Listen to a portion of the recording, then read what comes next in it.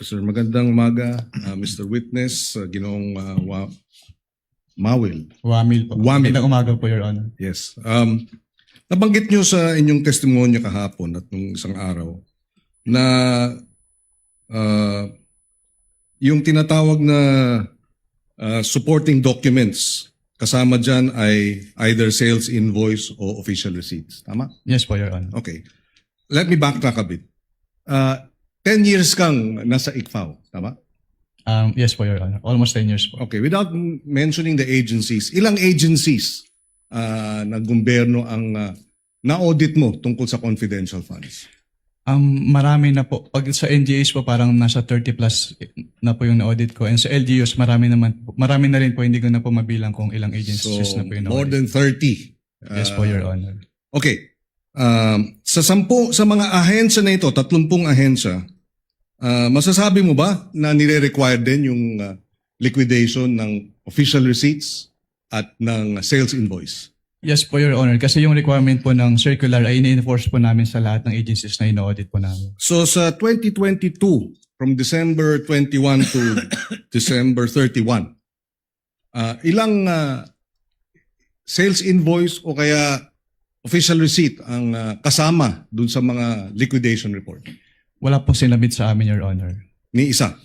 Acknowledgement receipts lang po yung sinabit sa amin. 849 acknowledgement receipts, tama? Yes po, Your Honor. So, ni isa dun sa mga ginastos, walang official receipt at walang sales invoice. Yes po, Your Honor. Okay. Sa karanasan mo sa 30 mga ahensya, masasabi mo ba na yung findings ninyo dito sa OVP ay similar o standard ba?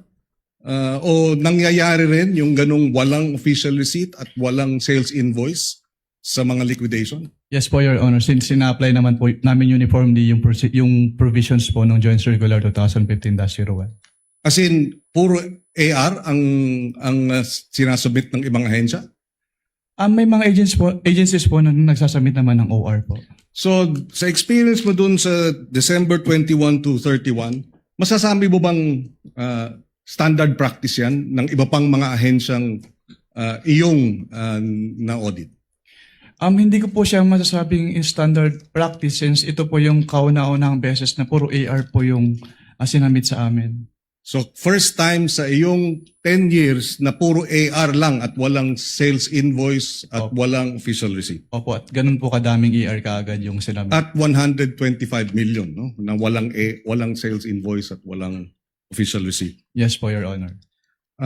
Doon naman sa usapin ng kung walang sales invoice at walang official receipt, masasabi mo ba na halimbawa yung sa medicines, talagang medicines ang ginasta? Kung sinabit po sana sa amin yung official receipt po or sales invoice, masasabi po sana namin. Pero since AR lang po sinubmit, hindi po namin masasabi. Based on that documental. Kasi sinasabi nilang, total naman, just to wrap up, gamot naman yan eh. Di ba? Mabuti nga, bumibili ng gamot. Masasabi mo ba dun sa liquidation report nila na yung 122 million worth of medicines talagang medicines ang binili? Hindi po, Your Honor. Okay. No further questions, Mr. President. Thank you, Senator Judge Pangilinan. Next.